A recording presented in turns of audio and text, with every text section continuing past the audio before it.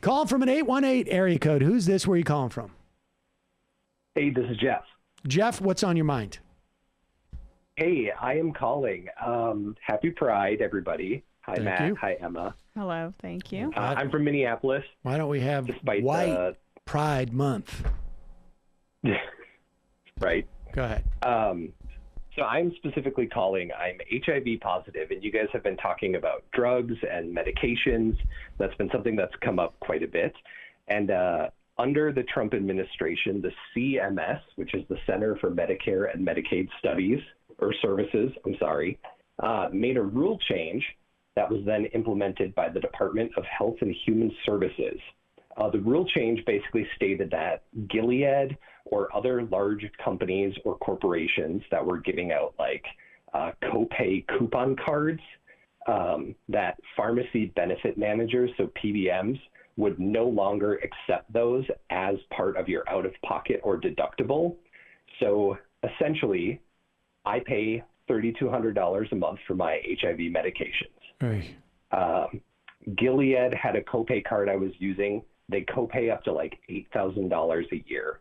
When I ran out in April, my insurance won't cover medications until I reach my deductible or my out-of-pocket, which is $4,500. So there are hundreds, thousands of people probably who are in this situation this year after this rule change where suddenly the copay card isn't counting. And now all of a sudden it was oh, you got to pay $2,600 for your meds. I'm sure this is happening with cancer meds. I'm sure it's happening. Well, I know it's happening with HIV medications, but ultimately there are local people. The Minnesota AIDS Project and Just Us Health are reaching out to local politicians to help get the rule changed so these coupon cards can count towards a deductible and out of pocket. And actually, I advocated for myself at my work, and they changed the rule. They didn't reimburse me any money. Of course, I'm out about $3,000, but at least they changed the rule, and hopefully I save someone else some money. But just bringing this to your guys' attention, I know that it's something, I know, Matt, you guys have talked about on Left Reckoning, about the drugs and drug prices and things like that. And so it's just another way, essentially, that the Trump administration changed the rules and made it, basically just shifted the cost onto people like me. What was the specific rule? Do you remember what the name of it was? I don't know the name of the specific rule, but essentially what they did is they allowed the pharmacy benefit managers, there's a bunch of different ones all over the country, but essentially to disregard coupons as payments. Wow. That's horrible. It also sounds like something that Biden could fix pretty easily. Oh, I'm sure. All right. I know that my rep, Ilhan Omar, definitely knows what's going on, and she's aware of it. And, I'm sure that she's working or doing something to help change the rules. But, contact your local politicians or people and, help us out. I mean, and there's no generic, I would imagine, for this kind of drug, right? No. Yeah. So what a lot of companies do, especially with HIV drugs. Oh, Emma. Yeah.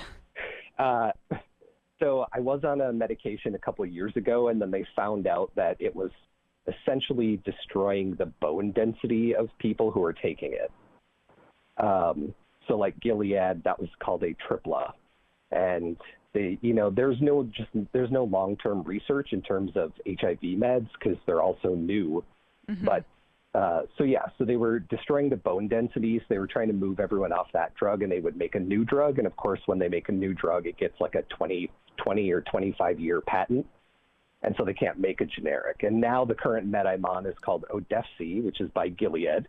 And now they're finding out that it's basically giving people heart disease. It's raising your triglycerides and cholesterol. So now I have to take another drug to basically reduce my cholesterol, even though I've never had problems with it before. But I'm sure they'll come up with another medication, and then I'll have to switch. And then, of course, there won't, it'll be another 20, 25 year till that patent runs out. So it's kind of a catch-22 for us. Yeah. Appreciate the story. I'm sorry you're going through this. It's horrible. No, I mean, it is sucky. I'm at least in a situation where, I can sort of afford some of the Right. stuff I have to deal with, but there's a lot of people who don't. And Minnesota has really good state health care, and there are a lot of other places that don't. So, All right. Well, I appreciate the call, and we'll keep our ears Of out course. and try and spread that word. Thank you. Thanks, Jeff.